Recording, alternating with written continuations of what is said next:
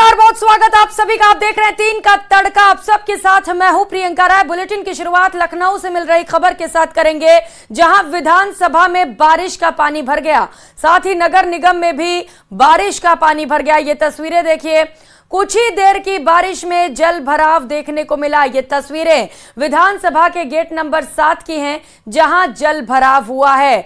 अब विधानसभा में पानी भरा हुआ है, वो जगह जहां पर विधायक पहुंचते हैं, लोगों के मुद्दे को उठाया जाता है, लोगों की समस्याओं के निस्तारण की कोशिश की जाती है, जन कल्याणकारी जो अलग अलग स्कीम्स हैं उनके बारे में चर्चा की जाती है, लेकिन वहां पर पानी भर चुका है। इसके साथ साथ एक और तस्वीर आप देख पा रहे हैं, नगर निगम से तस्वीर है, जहां पर बारिश का पानी भरा हुआ है। लोगों के घरों में, दुकानों में, सड़कों तक में पानी भर चुका है। ऐसे में बड़ा सवाल यह है कि आखिर ये तस्वीरें सामने क्यों आई, क्योंकि कुछ ही समय की, महज कुछ ही घंटों की बारिश हुई थी और उसके बाद हालात बेहद खराब हो गए।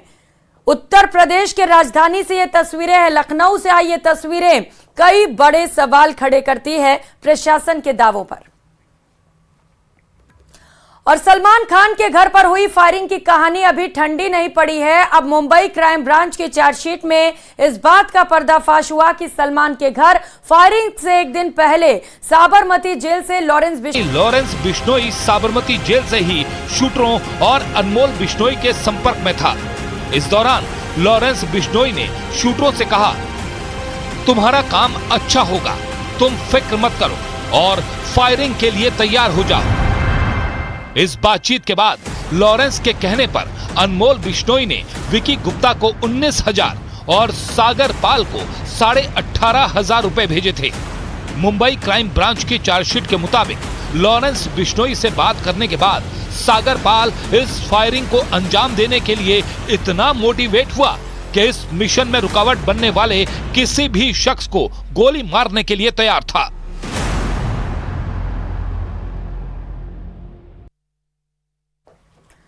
उधर इजराइल में हमले में हमास चीफ इस्माइल हानिया मारा गया। ईरान की राजधानी तेहरान में इजराइल के हमले में इस्माइल हानिया और उसका बॉडीगार्ड मारा गया। इस्माइल हानिया की मौत और इसकी पुष्टि ईरान और हमास दोनों ने कर दी है, जबकि इजराइल की ओर से अभी तक इस पर बयान सामने नहीं आए हैं। देखिए रिपोर्ट।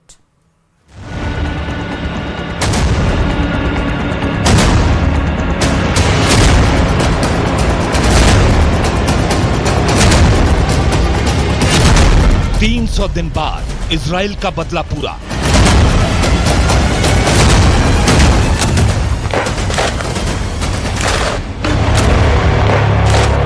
इजराइल ने आखिरकार हमास से 7 अक्टूबर के नरसंहार के मास्टरमाइंड हमास चीफ इस्माइल हानिया को इजराइल ने वहां मारा जो जगह उसके लिए दुनिया में सबसे सुरक्षित थी।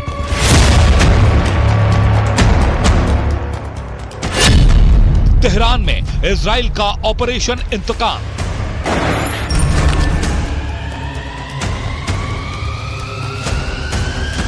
हमास चीफ इस्माइल हानिया को इजराइल ने गाजा, फिलिस्तीन, कतर या फिर सीरिया में नहीं, बल्कि उसे मोसाद ने ईरान की राजधानी तेहरान में मारा। और ऐसा करके इजराइल ने पूरी दुनिया को 2 संदेश दिए। पहला संदेश ये कि इजराइल के दुश्मन के लिए पूरी धरती में कोई जगह सुरक्षित नहीं। दूसरा संदेश ये, दुश्मन से बदला लेने में मोसाद से खतरनाक एजेंसी पूरी दुनिया में नहीं। इस बदले के साथ ही इजराइल ने पूरी दुनिया को बता दिया कि वो अपने दुश्मनों को न भूलता है और न ही माफ करता है।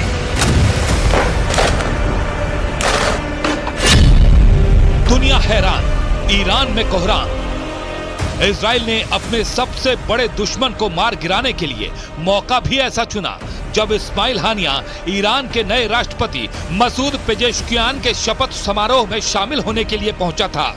यानी इजराइल का शैतान कहे जाने वाला हानिया ईरान का राष्ट्रीय मेहमान था और वो ईरान की राजधानी तेहरान के जिस घर में रुका था वहीं उसकी एक गार्ड समेत हत्या कर दी गई।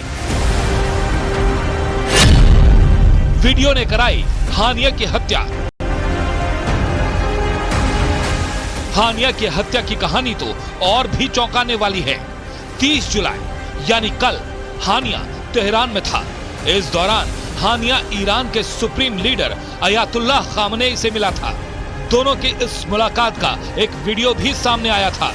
माना जा रहा है कि इसी वीडियो से इजरायली खुफिया एजेंसी मोसाद को उसके ठिकाने का सुराग मिला। हानिया के अलावा इजराइल का दूसरा निशाना बना हिजबुल्लाह के टॉप कमांडर फऊद शुकर। उसे इजराइल ने लेबनान की राजधानी बेरूत में मार गिराया। This evening, the IDF carried out a targeted strike in Beirut on Fouad Shukr, also known as Said Muhsin, Hezbollah's most senior military commander. Hamas के top commander की हत्या के बाद पूरा मुस्लिम वर्ल्ड हैरान है। ईरान ने इस्माइल हानिया की हत्या पर हमास, फिलिस्तीन और पूरे मुस्लिम वर्ल्ड के लिए संवेदना व्यक्त की है, लेकिन ईरान ने अभी तक इस बात की कोई जानकारी नहीं दी कि तेहरान में हानिया की हत्या कैसे हुई। हानिया की हत्या के बाद ईरान में प्रदर्शन शुरू हो गए हैं। वहीं हमास ने कहा है कि इजराइल ने टारगेटेड मिसाइल हमले के जरिए हानिया की हत्या की और हमास इस हत्या का भयानक बदला लेगा।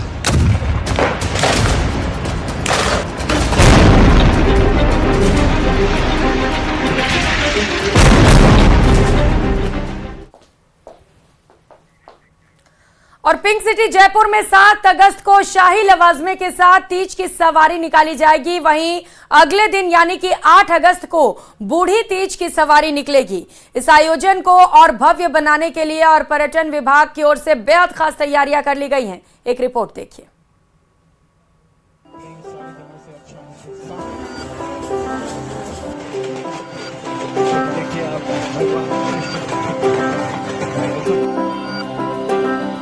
हर साल की तरह ही इस बार भी सजे धजे हाथी, घोड़ों और ऊंटों के लावजमे के साथ पिंक सिटी में तीज की शाही सवारी निकाली जाएगी। पर्यटन मंत्री दिया कुमारी ने अधिकारियों को इस कार्यक्रम और खास बनाने के निर्देश दिए हैं। पर्यटन विभाग अब इस आयोजन को और भव्य बनाने की कवायद में जुटा है। तीज की सवारी के दौरान जहां 150 कलाकार राजस्थानी लोक नृत्यों की प्रस्तुति देंगे, तो वहीं ड्रोन के जरिए जुलूस पर पुष्प वर्षा भी की जाएगी। इस बार डिप्टी सीएम मैडम के भी हमें आदेश है कि इसको और अच्छे से किया जाए। तो इस बार हम लोग जनानी डोली से ही कुछ न कुछ इसमें जैसे आर्टिस्ट वहाँ हम बैठा रहे हैं। सब कोशिश कर रहे हैं कि जो सवारी निकलेगी उस पर बाकायदा ड्रोन से पुष्प वर्षा हो। छोटी चौपड़ पे व्यापार मंडल के सहयोग से और डिपार्टमेंट के आर्टिस्टों के माध्यम से वहाँ स्टेज बना के वहाँ परफॉर्मेंस भी रहेगा और उन पे फ्लोर पीटर्स भी शोर करेंगे। अब तक हम टोटल पे टूरिस्ट की बैठने की व्यवस्था करते हैं। इस बार इन टोटल के सामने ज़्यादा समय मिला है। तीज की सवारी त्रिपोलिया गेट से शुरू होकर त्रिपोलिया बाजार, छोटी चौपड़, गरगौरी बाजार होते हुए ताल कटोरा पहुंचेगी। इस दौरान पूरे रास्ते में लोक कलाकार प्रस्तुतियां देंगे। छोटी चौपड़ पर लोक कलाकार घूमर और चरी नृत्य की प्रस्तुति देंगे। वहीं ताल कटोरा पर कच्ची घोड़ी नृत्य के साथ बैंड वादन की प्रस्तुति दी जाएगी। तीज को लेकर क्या कुछ होने जा रहा है? टूरिज्म डिपार्टमेंट इस बार क्या कुछ अलग करने जा रहा है? क्या नया देखने को मिलेगा? जो आगामी तीज है, इस तीज को हम बृहद स्तर पर मनाने का तैयारी कर रहे हैं। हमेशा की बजाय इस बार तीज को थोड़ा और नया रूप देने का प्रयास रहेगा। और तीज के लिए हम जो हर साल जो तीज मनाते हैं, उसके साथ साथ हम एक तो कलाकारों की संख्या इसमें हम बढ़ाएंगे। इसके अलावा जो हमारे चौराहे हैं। तीज की शाही सवारी को देखने के लिए पूरी दुनिया से पर्यटक हर साल जयपुर आते हैं, लेकिन इस बार तीज की सवारी का सोशल मीडिया के माध्यम से देश दुनिया में बैठे लोग भी लुत्फ उठा सकेंगे। और जयपुर में भी पर्यटन स्थलों और सार्वजनिक जगहों पर LED स्क्रीन के जरिए जुलूस का सीधा प्रसारण भी किया जाएगा। जयपुर से न्यूज़ 18 राजस्थान के लिए महिमा जान की रिपोर्ट। और संसद में बीजेपी सांसद अनुराग ठाकुर और राहुल गांधी के बीच जातिगत जनगणना की मांग के दौरान जमकर बहस हुई। मामला तब और बढ़ गया जब अनुराग ठाकुर ने बिना नाम लिए यह कह दिया कि जिनको अपनी जाति का पता नहीं वो जातिगत जनगणना की बात करते हैं। अनुराग ठाकुर के इस बयान के बाद जबरदस्त हंगामा छिड़ गया। जात का पता नहीं वो गणना की बात करता है।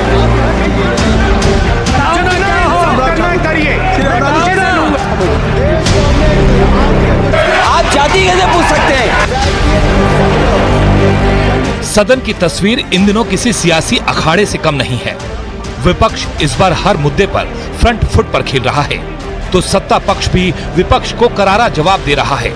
लेकिन मंगलवार को सदन में जातिगत जनगणना के मुद्दे ने ऐसा रूप ले लिया कि बीजेपी सांसद अनुराग ठाकुर और कांग्रेस सांसद राहुल गांधी के बीच जुबानी संग्राम छिड़ गया। सबसे पहले आपको दिखाते हैं कि आखिर कैसे अनुराग ठाकुर ने बिना नाम लिए राहुल गांधी को घेर लिया।